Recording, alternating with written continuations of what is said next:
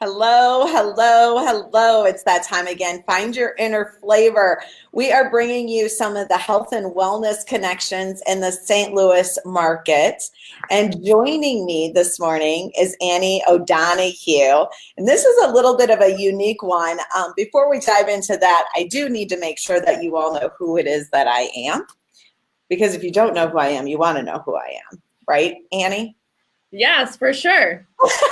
We don't even know each other yet. I want to know. This is our first time connecting and getting to know each other. So join me as you connect with me and get to know me. I am Becky, one of the co-owners of Symbol. We're a healthy lifestyle-focused restaurant, 2 locations in Kirkwood and in Chesterfield. We connect with a lot of the functional medicine doctors, integrative health practitioners, chiropractors, and the MDs. It doesn't really matter how you combine your health or who you choose to work with. It is all about a choice. And Find Your Inner Flavor is just that. It's tapping into your gut. It's tapping into your intuition, getting to know who you are, experiencing life and all that it has to offer you, and then figuring out what makes you happy. And by that happiness, we create amazing, amazing things. So that is what we are doing with Annie this morning. We're going to get to know her a little bit more and a little bit more about what is happening in St. Louis with the sober community. So Annie, welcome. How are you? Thank you. I'm good. Thank you so much for having me. I'm pretty pumped. Good, good, good. So here's a funny story. You friend requested me on Facebook, and I have gotten bombarded this week because of a couple of communities I tapped into. I have gotten bombarded with all of these friend requests, and I had no real friends with you, so I deleted. I wasn't going to accept you. Rejected. I know. We can go through therapy after this. We're going to need it. I feel rejected. I don't do well with that.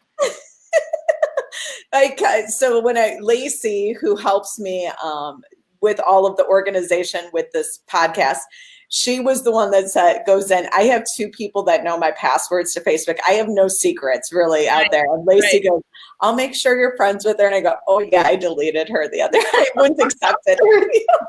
Well, I don't think I've updated my information. So you probably were like, who is this? And my Facebook picture is kind of crazy. It was a little crazy. And I go, I don't need another crazy in my life. Well, you just met one, so I'm sorry.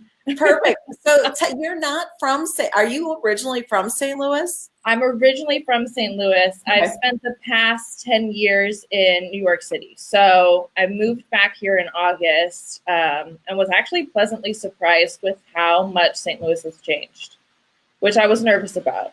So do you have family here still? Yes, my parents are here. Yes. Okay. So you were gone for 10 years? Yes. And then recently moved back. What had you move back to St. Louis? So I'm back in school. I love New York with all my heart, but it just gets difficult. It's like a bad boyfriend. You love it and you want to stay, but you're like, oh, I know this isn't good. It's expensive. I have roommates. My room is tiny. So I thought, you know what, I'm going to give St. Louis another chance. And I just kind of one day decided it's time to come back. And I thought that was a sign, and I did it. And I've been really happy. I've been really, I love it. Oh, good, good. I'm not originally from St. Louis. I'm from Wisconsin, but I love St. Louis. Once I tapped into this community, I absolutely love it. So you said that you're going back to school. What are you going to school for? So I was going for business, and then I'm not much of a math person. So now I'm going for marketing. I love people. I love connecting with people. And so marketing is where I'm going. Maybe some PR work, but just kind of getting into that. I love social media, so that's a big thing. So lots of avenues to go down. You and I can connect afterward. I'd love to connect you with some people or kind of tap into that a little bit more. So is that how you got connected with the Wellness Council? So I've been involved. So we are the junior board for NCADA, and they're really, they wear many hats, but they're into prevention for alcohol and drugs and building self-esteem for people and community awareness. And so I've been involved with them before. And what I was doing in New York was similar to what we're doing as the Wellness Council. So I met with them and threw out all these ideas, and they said, actually, we're kind of doing that same thing with the Wellness Council. We'd love for you to be involved. And so it was very like serendipitous how it all came to be. And for personal reasons, I really connected with NCADA. So can you tell me a little bit more about NCADA? Did I say that correctly? I did say that. So the NCA and DA stand for, and what they used to be called is the National Council of Alcohol and Drug Abuse. So now they're the place to turn for alcohol, tobacco, and other drugs. They do a ton of work with the opioid epidemic and creating awareness for that.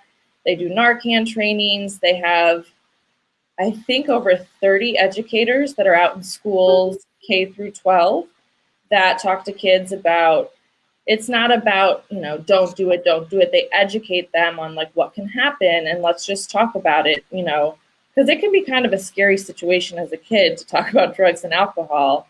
And so they just kind of take that fear out of there. I love the way that you said how you just approach, or how they're approaching it. You can't do that. You can't do that. I feel so often we're told you can't do that, and our mind instantly goes to, don't tell me I can't do anything. Yes. I will show you I can. Yes. It's that little rebel rouser that lives with it. Totally. I do not, as an adult to this day, I don't like to be told not to do something. So that really resonates in me too. And it's just not realistic, you know, to tell someone no and kind of end at that. It's like, well, why not? You know, and it's, well, this can happen, or this can happen, or this is how your brain reacts, or, you know, your brain isn't fully formed until you're 25, I believe. Don't quote me on that. But when you put chemicals into your brain, it can alter it. And just knowing, you know, with knowledge comes freedom. And so I think that's where it's awesome. You mentioned that you have a personal story. There's a personal story as to why you got involved in that. Can you share a little bit about that? So without going it would take hours to really tell you my connection. But I got clean and sober when I was 18 and had a very, very long, I had 7 years sober, and decided, you know, I was young, maybe it was a phase, maybe I was depressed. You know, I had just gone through a breakup, so I'm like, how am I going to meet guys? And I kind of decided, you know, I'm going to go to bars. Oh, sorry, there's a page. Hello. That's just God speaking to you right now. Don't worry. It's a sign. So I went back to drinking and had 5 years of battling with a demon that I wouldn't wish on my worst enemy. And so re-entered recovery multiple times unsuccessfully, but relapse is also part of the problem, or part of the process. I'm sorry. Right. So I've embraced this path of recovery. I've kind of created my own path. And I can't tell you how happy and free I feel. Whereas before, to feel like myself, I would have to put substances into my body. And now I can wake up and feel like myself. And it's amazing. So yes, that's in a nutshell. That's it. Well, we could dive in much deeper, but we're not going to do that because I love the way in which the website is thewellnesscouncil.org, and we'll make sure that link is added into the comments as well. I looked at it, and so much of the content, or how they're, you know, wording it, is the exact same way that we approach food. It really is about a choice. It's not about guilt. It's not about judgment. It's about your own journey and how you choose to maneuver through it. And a couple things that you guys say on your website is sober curious, sober sometimes, those in recovery, and anyone who just doesn't want to have alcohol be a part of their social surroundings all the time. Yes. So go ahead. Are you familiar with the term sober curious, sober sometimes? Because some people aren't. So this is a term that was created by somebody, or you guys? Yes, I believe it was created by Ruby Warrington, she's in New York. She's originally from Australia or England, I'm not sure, but she decided, so there's mindful drinking where, you know, you just kind of aim to cut down, and then there's sober curious. And that's for people, maybe they haven't hit a rock bottom, or maybe they don't even have a problem, but they're like, why am I drinking? I don't even like it. Maybe I want to stop, but what does that look like? So they kind of get curious, and maybe they say, I love this, I want to do this. Or sober sometimes is, you know, I go out, sometimes I feel like having a drink, or maybe they feel, you know, maybe not, and it's okay, and I can have fun. So, and I think so much of social life across the U.S., not only in St. Louis, although St. Louis can tend to be a drinking city, is that it's all revolving around alcohol. And I don't think that it's a necessity. They don't need to go hand in hand. Yeah, there's a huge movement currently right now in the St. Louis area, and I don't know if you're familiar with it, but in the restaurant industry as a whole, it doesn't matter what city or state you're in, restaurants tend to have lots of issues when it comes to drinking and drugs. My background and a little bit about my story, since you shared a little bit of yours, I grew up, my parents, my mom and my stepdad owned bars and restaurants. Okay. And it was, I would see the cocaine on the bar. I got in the car with my mom drinking and driving and being afraid in the back seat. And I have my own stories and journey around that. But it was kind of like, you know, how we were saying that battle, you're told you can't do this. Yes. And then you want to rebel against it. I kind of went the reverse. I was the president of DARE in high school. I was the vice president of SAD. Yeah, I know. I was the kid adult in my family. So it probably was very helpful in many ways. My mom, fortunately, is back in recovery. She had she had a couple of relapses, one not too long ago. But I feel like in the conversations that we've been having together, she's in a really healthy and good space right now. I'm so happy for her. And so many of us have these stories. I'm one that went to a lot of the Al-Anon meetings with her. I even went when she relapsed here locally. And there's something about the recovery program that I'm a little disconnected from. Yeah. And I think that you guys are pulling in another thing that's it's a lot different. It really is a lot different in the approach. Yes.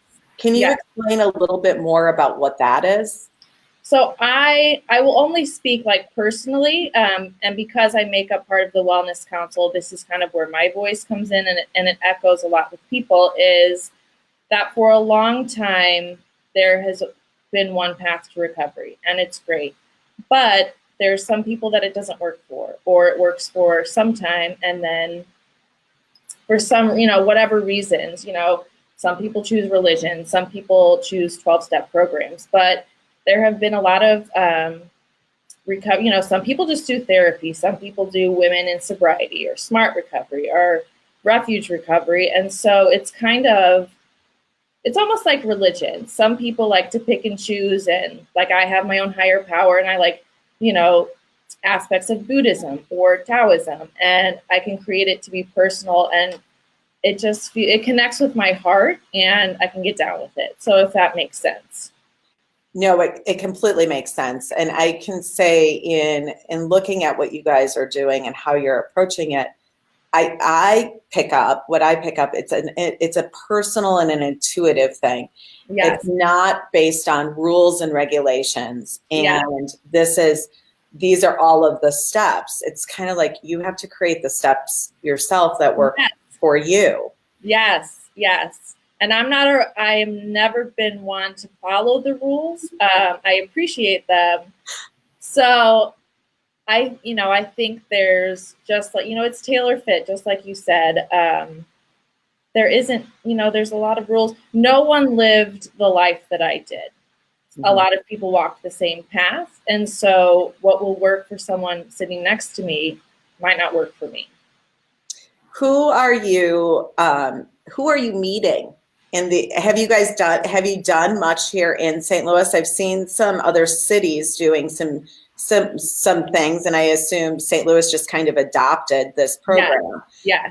What would somebody expect at an event?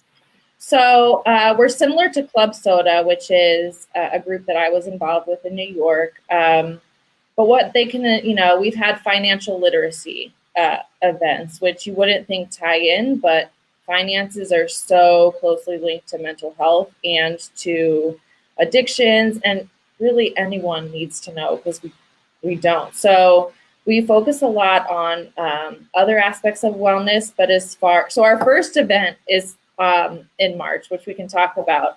But what they can, it's just people that get together. We don't have alcohol. It's not necessarily we're shouting it from the rooftops. It's just an element that isn't there. So we want to have some workshops or happier hours, which would be a happy hour without booze. And so we're still kind of creating what we want it to look like. But it's just going to be like a community, and you may go to some of the events, you may go to all of the events, but you can find your tribe. Well, the timing could not be more perfect, because I am seeing so many of the wellness community that some, yes, probably had alcohol issues and would say they are in recovery or they are a full-on alcoholic. And I also see a lot of them that have just simply chosen, I don't want to drink right now. And it doesn't mean that it will be forever, but it means that right now I don't want to drink. But they're seeking social things. They're wanting to go, and they're looking for this community. When you're in a relationship with a couple and one person becomes sober and the other one doesn't, it's not like the other one is necessarily going to all of the sober parties. I don't know of many events, but that sober person is being put into situations where they're being challenged to be uncomfortable, or can they say no when they really want to say yes? So why can't we reverse it and say, I'm the sober one, you come along with me and see how difficult it is for you. And also, why can't we reverse? So say you're at a bar with your significant other or with your friends, and you say, I don't drink, or I'm not drinking. I want the reaction not to be like, why? What do you do for fun? Oh my God. Instead of just being like, oh, that's cool. Or, oh, I'm a vegetarian. Why don't you eat meat? And it's like, okay, that's cool. Let's still have fun, because you don't need it to have fun. Yeah. And so much of what I think you're saying in a lot of these ways is it's about your own self-confidence, your own security. And the more you make commitments to do things and then follow up with that commitment is where the confidence gets built. And even just that one time of saying, I'm going here and I'm choosing not to drink tonight, it doesn't matter whether it's forever. It's about the commitment that you're making to yourself and following through on it. Right. I mean, I think whether you're in recovery, like you said, you just don't want to drink tonight, we all kind of have to live a life, or it's better to just, I'm staying in today. Who knows what'll happen tomorrow, but I'm staying in today. A lot of the trend right now, in the food and beverage industry, a lot of the trend that is starting to be talked about is the non-alcoholic mixed cocktails, the drinks. Yes. Are you familiar with Well-Being beer? Yes. Big fan. Yes. I was hoping you were, because if you weren't, I'm like, you need to know who they are. Yeah, Well-Being, a great story behind that and how that got created. Kombucha, another thing, there are a lot of these non-alcoholic beverages that are being created specifically for the non-drinker in social events. Yeah. So tell us about the social event that you guys have coming up on March 1st. So I'm super excited. March 1st, we have the first alcohol-free pop-up. It's going to be at Third Degree Glass Factory. And like you said, there's a whole lot of mixed drink, alcohol-free cocktails. There's like a million names for it. So we're calling them handcrafted AF drinks. So, AF, what it really stands for, but we are using that as alcohol-free. So just like at Symbol, say you go, you don't necessarily need, you're gluten-free. I think you have one thing on the menu, right? The udon noodles is yeah. So you have one thing on your menu. So instead of going there and being like, okay, wait, what can I have? I can have this. I can't have that. The nice thing at Symbol is you take like the questioning out of it. So you can just say, I want this. And so at Sands Bar, you don't have to ask the bartender to, you know, make you a mocktail, or you just are like, I want that one and I want that one. Oh, I'll, you know, have that again. And so that's the goal. I've been at a couple of restaurants that have recently opened up, and their menus are changing. You see, you know, these are high alcoholic beverages. Then you've got a stage 2, which is not as strong. And then there's this whole new section, which is all mocktails. Yes. I think we are starting to shift and change how it is that we're approaching these things. And I think you've said it a couple of times in here, it is about that mental health. Yes. The mental health component is the biggest piece that we have to constantly be working on, because all of these triggers, whether it's food addiction, alcohol addiction, drug addiction, sex addiction, it all comes to your own mental health. And even if you haven't been diagnosed, let's say, with mental illness, we all need to worry about our own mental health. So like you said, yeah, we're becoming aware, and I think the stigma is starting to go away, and it's awesome. It's fun. Yeah. Yeah. So, Juan, I'm gonna put this out there, and I'm gonna be a little bit selfish. How can Symbol in Chesterfield, because we've got a great space, how can we create some events out there that are sober driven? I mean, the options are like unlimited. You know, you could talk about how food is medicine, or what we put into our bodies, just like chemicals, it affects us. Now the wheels are turning as to how we could have an event.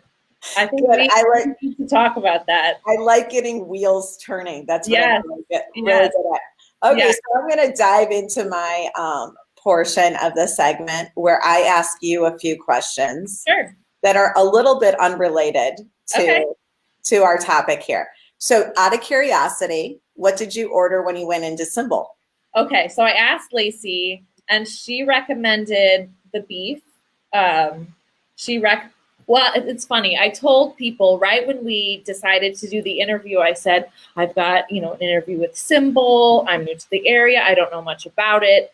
And Max, who's on the Wellness Council, said, oh, it's so good. Sarah said the same thing. And then we're talking about it with somebody else. And my friend Maria, she says how much she loves it. And she turns to Max and she says, but do you rake it through the garden? And I'm like, excuse me, what does that mean?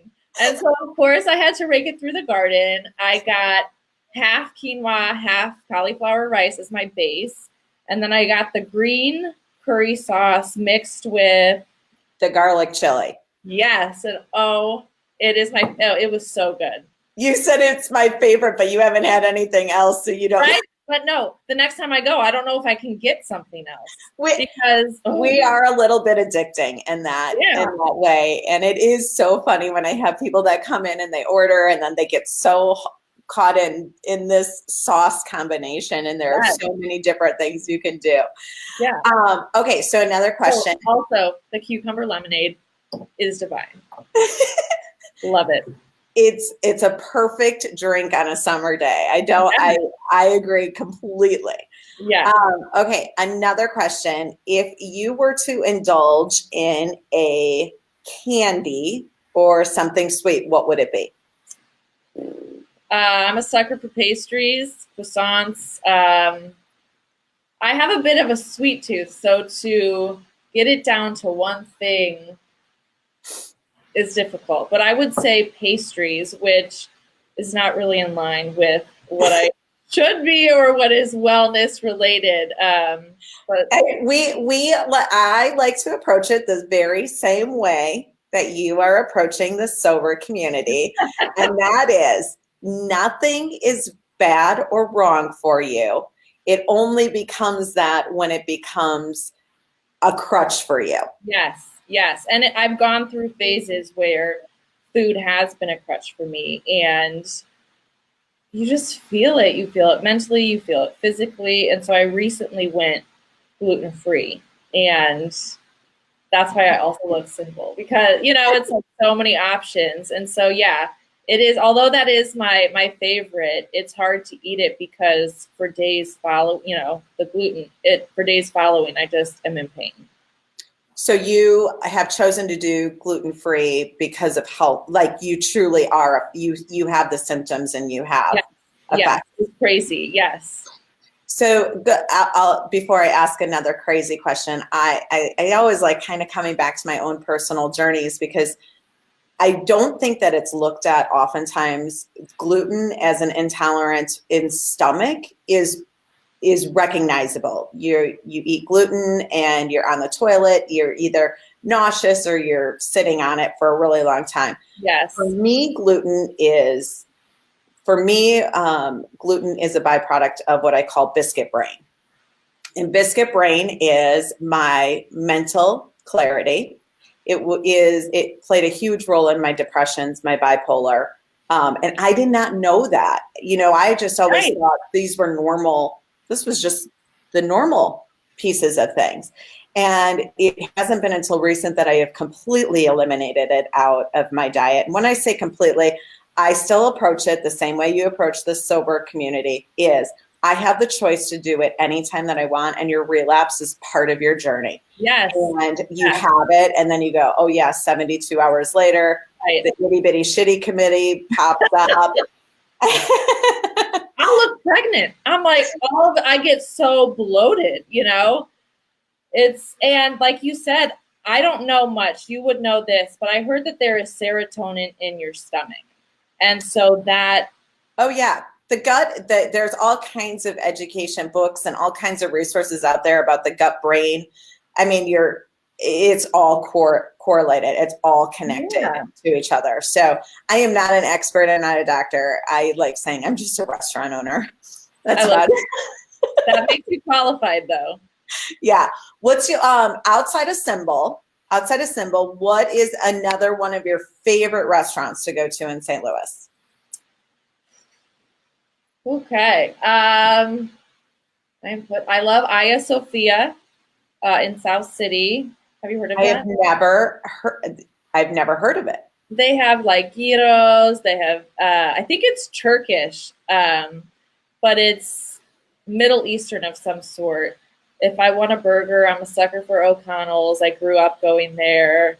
But I'm a big steak person, so I'm on a hunt for the best steak. I was in the hospitality industry for about 15 years, and the last restaurant I worked at was a steakhouse in New York. And so I'm trying to find something similar to that. I'm not as much of a steak eater when I go out, so I can't really help you there. That's okay. The casino is my all-you-can-eat crab leg buffet. Like, oh, that's another thing. I love seafood. I love lobster. Yeah, I'm way more of a seafood person. Yeah, seafood person than anything.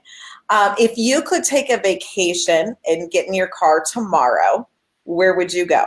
Not a plane, in a car. Okay, I was gonna say, can I take a plane to the car or a car to the plane? No, where would I go? I would probably go to California. My sister and brother-in-law and my nephew, who I just became an aunt almost 9 months ago. So I would drive out to Oakland. I love all the food scene, the sober scene out there. And most of all, I love my little nephew. So that's where I would go. Very, very cool. What can we expect in the St. Louis area around the Wellness Council? I know you guys have the one event coming up. Yeah. Are there other things in the pipeline? And how can people get connected to this community? So after this big event, where our goal is to have one event per month. We don't have the details worked out quite yet because we've been pretty busy around the clock getting Sandsbar ready. But there are two ways. They can actually join the Wellness Council and help with the planning, or they can just come to an event and get involved and maybe that changes what it looks like. Maybe they come to the meetings, or maybe they come to the events. But just like I said, kind of creating that tribe and inviting others. Anyone can come. Do you guys have a Facebook page that people can join? Yes. So we are on Facebook and Instagram at STL Wellness. We're on Twitter at STL Wellness 1. Annie, can you make sure that all of those links get put into the comments below this so that people can easily just click on it to go to any of those resources, join and get connected? Absolutely. They can also head to our website, which I know you have a link. It's thewellnesscouncil.org. Don't forget to put the. Or they can email me or the rest of our council at wellnesscouncil@ncada-stl.org. Perfect. Many options. Yes.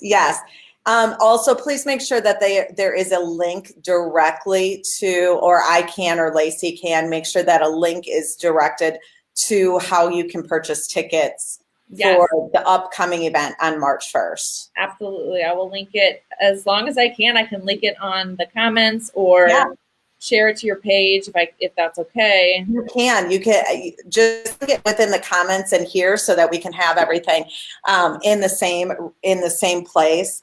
Okay. And then happy to continue sharing it and spreading that. There's also on our symbol page, there is a link. It's always at the top of every month. You can post upcoming events that are going on. Just go ahead and post that event into that page, and it stays at the very top of our symbol page.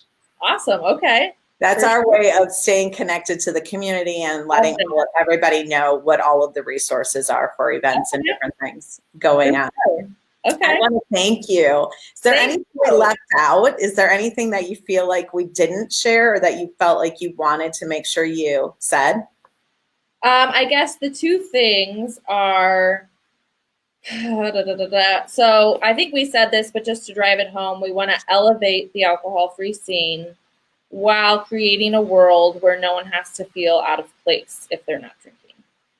But also like having fun. Let's get wild, not wasted, or shaken, not slurred. Just kind of making it fun and fancy a little bit.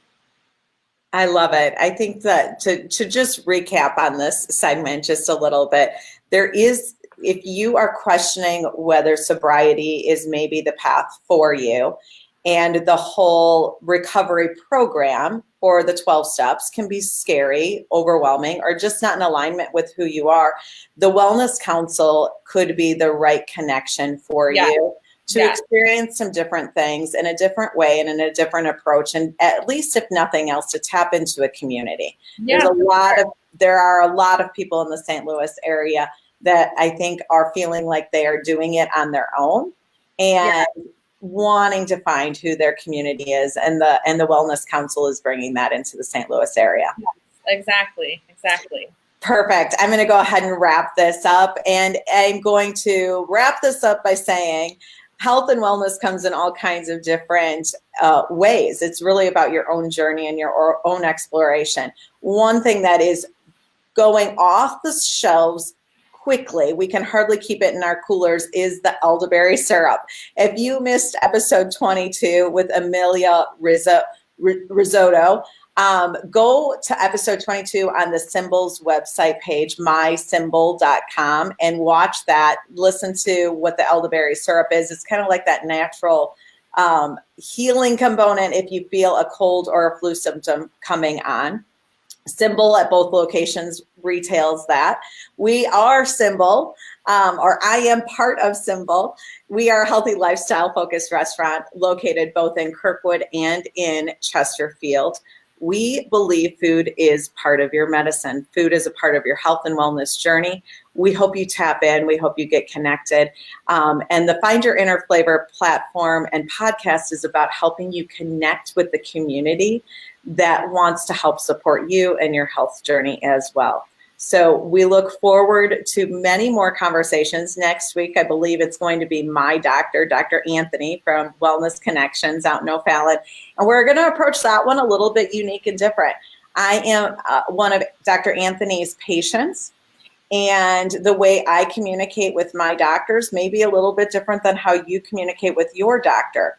And I'm going to demonstrate how advocating for yourself and how it is that you need to word things or hear things or give yourself permission to do things is powerful.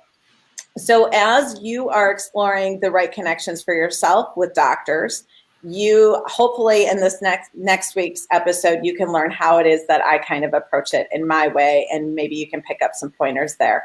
Annie, thank you again for joining me. I look forward to meeting you in person, and I might talk you into a different sauce. I would be open to that. I love it. Yeah. Well, sounds good. I will talk to you again soon. Thank you. All right. Thank you so much. You're welcome. Bye-bye. Bye.